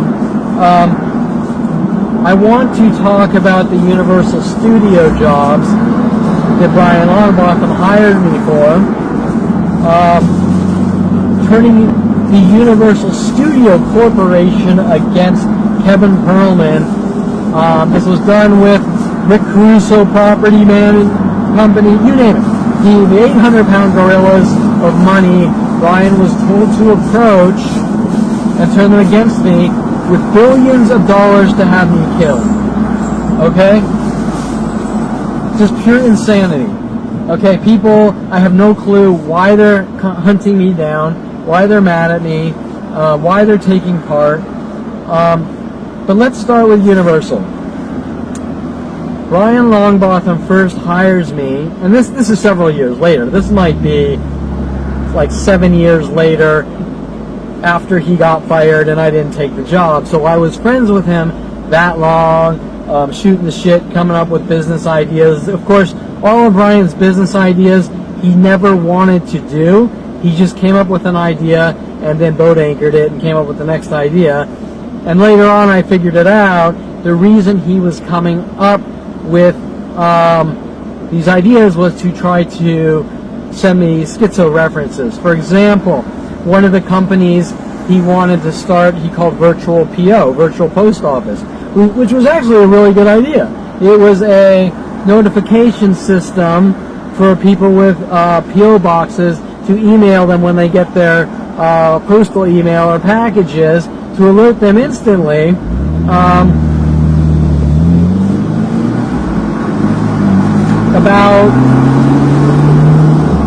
about their packages. I mean, these are pretty good ideas. Of course, he never wanted to go through with them. He always boat anchored them. And the reason, I'll just give you an example with this one. The reason he used Virtual PO was to hint about the post office. He was trying to get a coerced false confession of guilt about post offices. Now, why was Brian trying to get confessions about post offices? Because once you notice psychotic behaviors like this, you generally tend to ask, why are people doing these unheard of strange behaviors that no one's ever really seen before, but it's happening, and it's happening with the psychology community? Why? There's got to be a why, right? All these people aren't conspiring together for no reason, right? So there's got to be a serious why. Okay, well, let's dissect the situation. What has to do with post offices and Kevin Perlman, even though I haven't done anything wrong, that they want to pin something on me, frame me, dramatize some insignificant event that is absolutely nothing at all, that nobody would normally care about, because they have an agenda to use my life against me, just like Mike Huntley said, we are using your life against you, to give to the world based on lies, smears, defamation, slander, and destroy my name. Well, that's an easy one for me because I know my life. It has to do with Kelly Hatch. And when I was up at Southern Oregon State before, and of course I didn't know that the feds and NSA and police sent Kelly Hatch after me to follow me and stalk me. I just thought it was a coincidence that that when I gave her a surprise box, which what it was a cardboard box. Well, obviously a box. It was a box, but in the box were things like trippy toys and all the types of things I knew she liked, and I added some things, college-y things, right? Like the trippy toy was a bottle of oil and water and food company that you shake and watch the bubbles, the colorful bubbles, and if you smoke a joint or something, it's even more amusing, right? College shit. Or, things like that, just joking around fun things, right? And later on, Victoria Walker, at my 30th birthday, mimicked it, giving me a surprise box, trying to get a confession from me by putting a toy gun in the box, which is still harmless, but my father wanted to see the expression on my face when she gave me the toy gun to try to get a coerced false confession about all my father's frame jobs, with my father putting bullet holes in his 300E Mercedes with the LAPD to frame me and things like that. So Victoria Walker, introduced to me by Brian Longbotham, obviously is connected to my father and the LAPD with these frame jobs, and then after they frame me, they want to try to get coerced false confessions from me, right?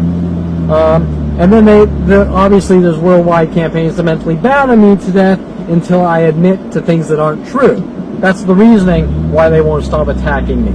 You confess to something you did, or we won't stop hunting you down and trying to kill you. Right? So what they want is me to confess to something that isn't true so they can lock me away, or say I'm crazy. Either way, right? Rid me of the world. Okay, so once again, I've gone off on a tangent, but it's a tangent that completely relates to the thousands of things per person done to me that are all related and connected. So Brian, where are we? Oh, universal jobs. So Brian,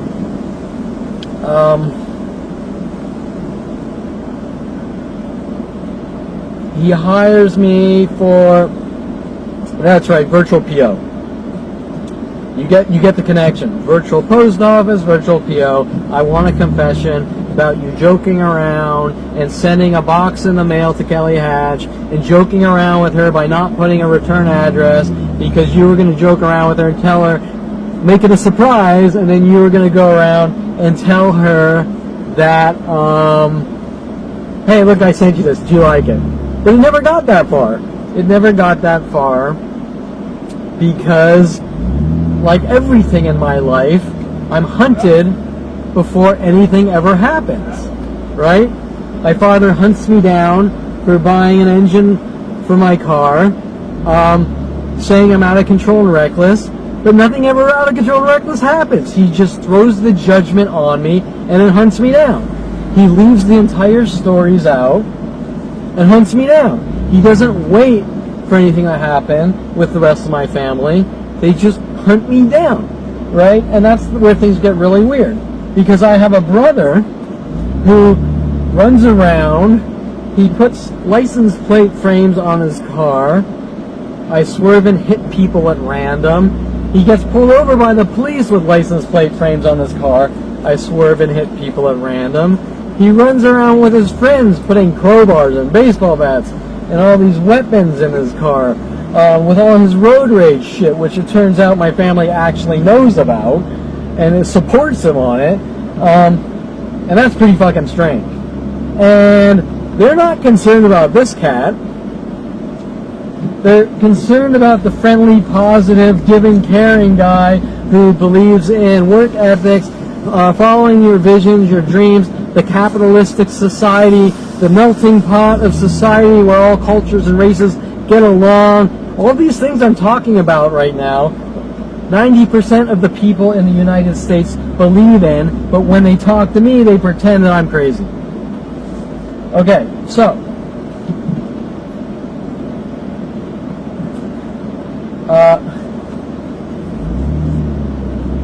so you get the idea with virtual PO and the dynamics, very important, the dynamics of my family, how they operate, how cunning, manipulating, demented, unheard of things. I mean, these are things that you put in like the top serial killer book of, actually goes way beyond that. It's like something unheard of. It's like, anyway, and it's all mass conspiracies. That's what's even freakier. And people aren't saying this family's fucking crazy. They're helping them. Okay, so anyways, the first pilot that Brian Longbotham hires me for is a pilot called Spy Game. Now that's pretty damn ironic. Of course, I didn't know at the time that they were working on me with their spy tactics and their paranoid schizophrenia tactics. And my brother, I have a bug in your room and we're watching everything you do tactic. I didn't know that. Right? Had no clue. So,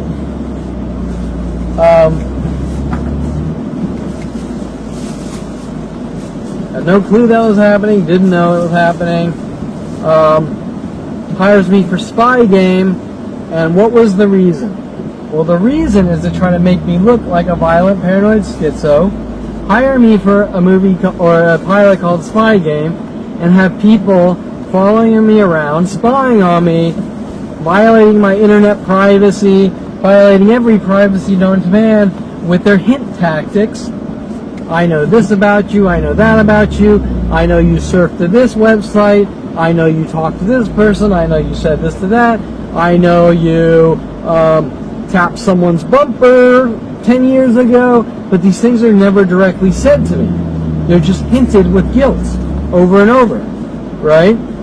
So, Brian Longbotham wants to hire me, and did hire me, to work on a show called Spy Game, and I think it was about some college kids with a camera, trying to stop crimes that weren't cops or something, trying to make it look like I conformed to the pilot and things like this, right? The things they were already doing to me, he wanted to try to trigger my thought process into paranoia. It's kind of like, we're going to send you suggestive messages that we're going to kill you, you figure it out, then you tell someone, then they say you're paranoid, and now we're going to put you in a mental institution, right? That's the analogy. So you get the idea, right? Okay, so, well, Spy Game, I worked on Spy Game, I worked at Universal Studios on Spy Game. Spy Game never made it to the first season to be tested, or whatever they call it, because Brian told me, who knows what's true with these types of people, Brian told me that there's some kind of LA, I don't remember, it was like a freeway, something happened on a freeway, or something big and semi-violent. Oh, we got another black, what was a black police car at one time.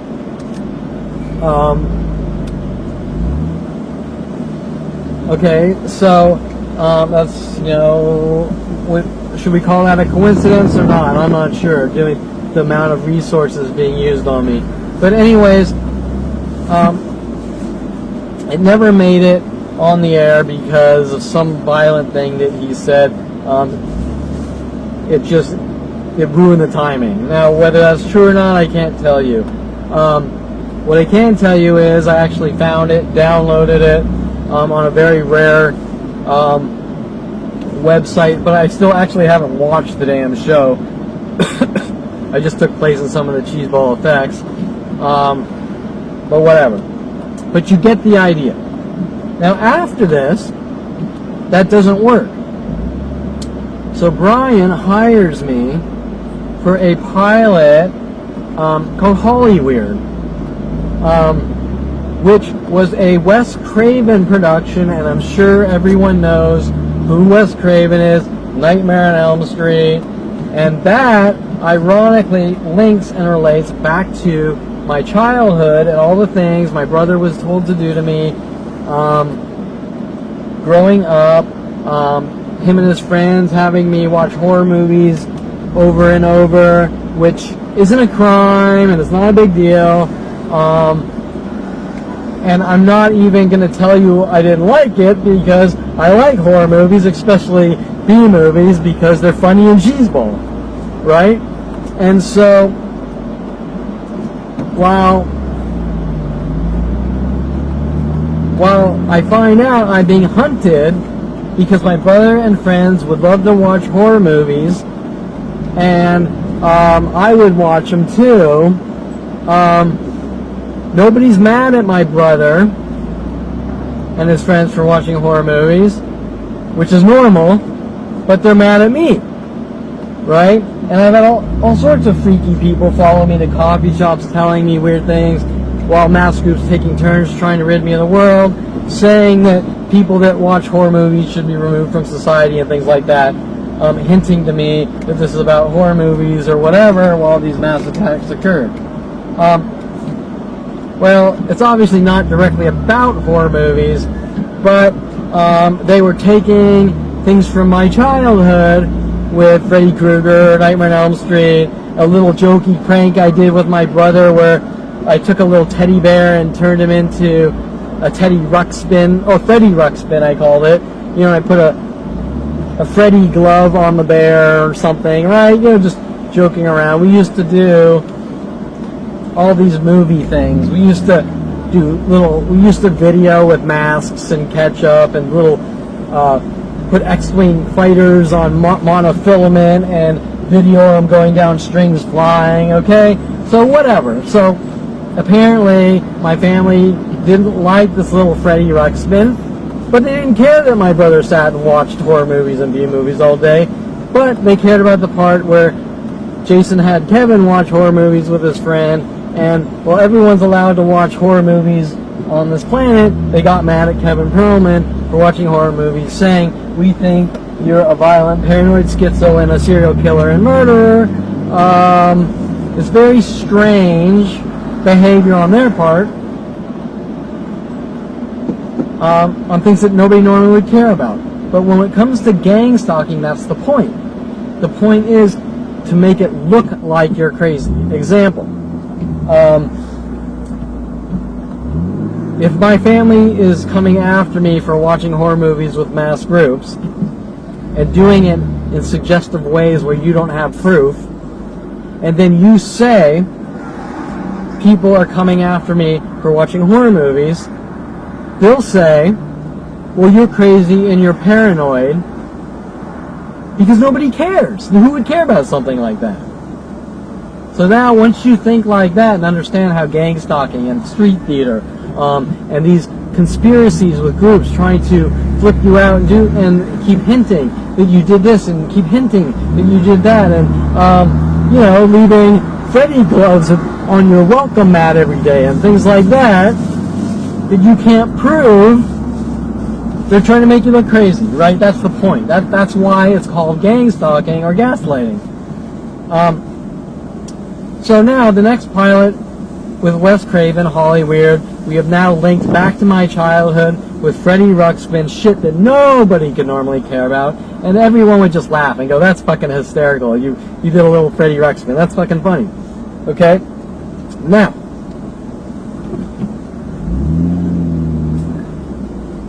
there were several lead-ups to this job, Hollyweird, which I wasn't picking up on. The first one, because Brian Longbotham was actually also not only working with the mainstream entertainment industry, but Brian Longbotham was working with the adult industry, right? Now, when he introduced me to Michael Bialis with his Rudy the Rubber show was linked right into the adult industry with his little condom puppet shows with porn stars. Victoria Walker supposedly was an stripper and prostitute, although from her, the way she acts, I think it's all a lie, because she says one thing, but she acts like a complete conservative square, beyond like my father. Anyways, and they were working with people like Lisa Ann, and all sorts of people. They were turning against me.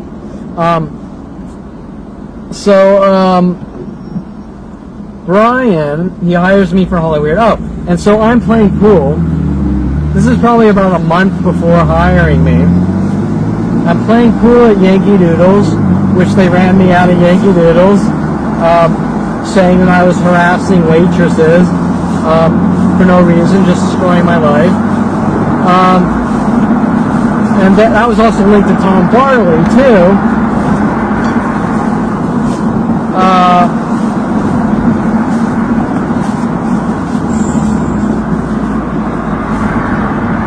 Sorry, watching traffic. So, this is before they ran me out of the pool hall, and every pool hall worldwide, because I was a big pool player. But,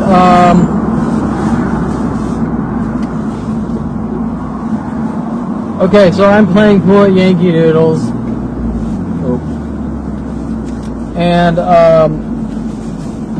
porn star Holly Body was her name, like a 90s porn star, comes in. They play pool across the room. As they leave, she looks at me. Okay, Holly Body says, he's weird, right? Now, about a month after this, Holly Body says he's weird, talking about Kevin Pearl and me.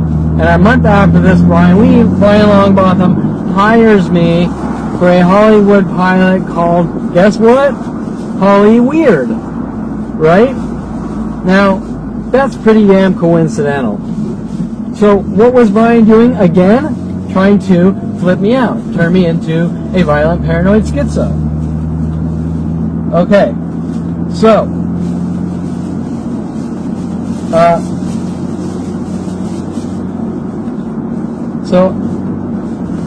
after this, and there were tons of other things happening with pool halls, porn stars, Holly Weird, Aubrey Fisher saying I'm weird while hunting me down, trying to kill me with worldwide support, who was befriended to me with the LAPD, Rhodey Morales, an ex-stripper,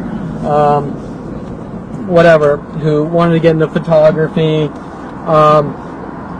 because I got into photography so she could sabotage my name in studio photography. Brian hires me for Hollywood, and while I can't remember a lot of it, I worked on the Universal Studios lot, and we worked in this little room without windows, and okay, this is the big one, and I'm running low on energy here, so I don't know if I'll start it, but I might have to continue this because I'm getting tired of talking into a camera.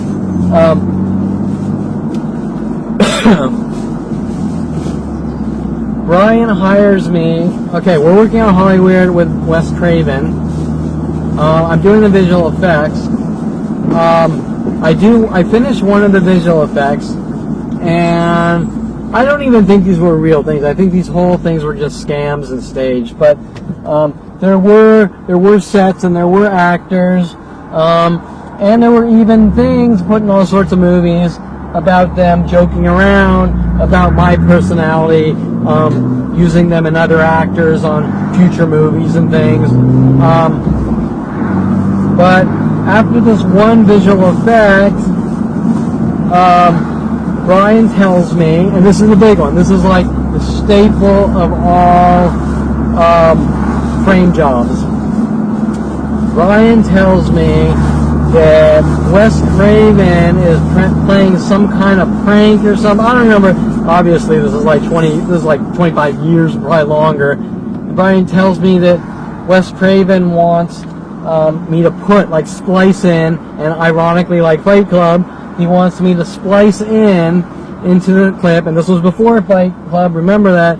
He wants me to splice into the clip a video clip of O.J. Simpson and his white Bronco fleeing the scene, right? Now, without jumping to all the recent arrests, people telling me that I'm a violent paranoid schizo and think I'm like O.J. Simpson and things like that. Well, where does that come from? Brian telling me that to put this clip, splice this clip in because Wes Craven wants it, then turning around, framing me, and telling Wes Craven that I'm fucking with him. You get the idea. Brian Longbotham hires me for this job while trying to turn me into a violent paranoid schizo with insane amounts of resources, which the police are supporting. Remember that. That is a key sentence. The police are supporting. He splices this in, or, sorry, I'm getting tired. He has me splice this in, or whatever. It's really just video editing.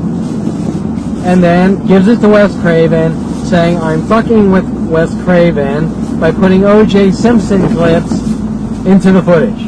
Now, I'm sure anyone with common sense can tell you that Brian Longbotham was framing me and destroying my name in not just the entertainment industry, but every industry with endless resources. Okay. So, well, that is just one of these endless things. Now everyone knows why people are saying that Kevin Perlman is a violent paranoid schizo that can't remember doing these things. But where things really fall apart is they tell me that I'm not allowed to talk about it. Okay? That's where things don't make sense. I could hire 100,000 therapists. They will all say the same thing. Well, you shouldn't talk about your past because that's unhealthy, and so just forget about it. Move on with your life. And when I say no, I'm met with death threats from strangers working with the psychology community and police. Okay? Well, last I checked, if you just simply want to talk about your life and people start threatening to kill you or physically attacking you, which I have tons of proof of, there's got to be a reason. It's not because someone wants to go into a private therapy session and talk about their life, whether it's true or not, or whether they're saying they're crazy is irrelevant. A therapist's job is to talk about your life, no matter what your beliefs are. If I want to go to a therapist, or if Joe Blow wants to go to a therapist and talk about some Scientology Xenu alien being God, 90% of the therapists out there are going to say, sure, that'll be $150 and say whatever the fuck you want. Okay, so, there you go. Common sense dictates that there's a mass conspiracy with Brian Longbotham, the government, LAPD, police, and most importantly, the psychology community, that my family was throwing out labels on me at 5 years old that I'm a violent paranoid schizo and suffer from nervous problems, whatever the fuck that means. I have no clue, because I've never heard of someone go through the DSM-4 or 5 and says, you suffer from nervous issues, right? Okay? People pull shit out of their ass to justify murder or locking people away. So that's OJ, the OJ frame jobs, which I am not allowed to tell anyone about. I'm not allowed to tell the police. I'm not allowed to tell anyone in the psychology community. About a year ago, they wrote 187 with Victoria Walker calling me up on the phone, coming back in my life to finish their stalking operations with the LAPD and FBI and NSA. Basically,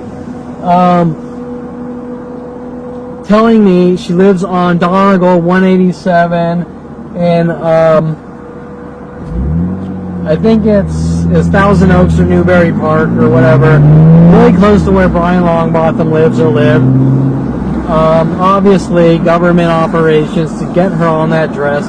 She takes me out trying to thug me in anger. She breaks from, you know, that nice I haven't seen you in a while personality to you better not fucking say anything types of hints. You name it, right? She calls me up. She tries to set me up and frame me, the usual, trying to get me to go see her husband Matt at the gym that he was involved in kicking me out of, working with every other gym worldwide. And 2 weeks later, when she realized that I wasn't going to fall for her reeling me in to try to set me up, she was working with my neighbors and the LAPD, writing 187 on my car, putting gloves on it to hint about O.J. Simpson, with conversations from one of the Persian neighbors who keeps hinting about O.J. Simpson trying to get confessions from me, right? I mean, these are obviously all linked. I was introduced to Michael Bialis from Brian Longbotham, who framed me, right? And Michael Bialis and Victoria Walker are working with the police to say that I'm a violent paranoid schizo because Brian Longbotham asked me to put in this video clip for Wes Craven, which, while I wasn't really thinking too deeply about it at the time, and it is a little off color, he was my boss telling me what they wanted me to do, right? And because what they wanted me to do wasn't really a criminal act, it didn't seem like the biggest, the worst idea in the world. And being that there was that 15-year trust, you get the idea. Everything is based on trust. And so, that's the OJ, and that is just one of their violent paranoid schizo tactics, although they have recently switched up from Kevin thinks he's O.J. Simpson to, hold on, there's so many of these things. Oh, Kevin thinks he's O.J. Simpson, so now they're working on the Michael Jackson tactic. Now it's Kevin's crazy and thinks he's like Michael Jackson. This is a new one. Anyways, I think my voice is starting to go. I think I've been talking for a couple hours, so this is going to be a long entry. But it gives you a lot of minute details, which I'm told I'm not allowed to talk about, which I'm sure anyone that hears this who's an honest person is going to say that is more than relevant, and that is beyond any level of disturbing. And what is it that is so important that people don't want me talking about? Well, you get the idea. These types of murder operations or paranoid schizophrenia operations are not normally done to people, and being part of that type of thing means you're involved in attempted murder, basically. And generally, people don't like going to jail for life for attempted murder, therefore, and mass conspiracies to murder someone. Therefore, you get the idea what is so important about stopping me from talking. And their argument that they didn't do anything wrong and I have to suffer from it and never have any type of life watching worldwide groups torture and kill me, telling me, you better not tell anyone or we're going to kill you, is unacceptable. So you get the idea. Why are people supporting this? That is the mystery to me. It is beyond any level of strange and unheard of, but they're doing it. Worldwide support.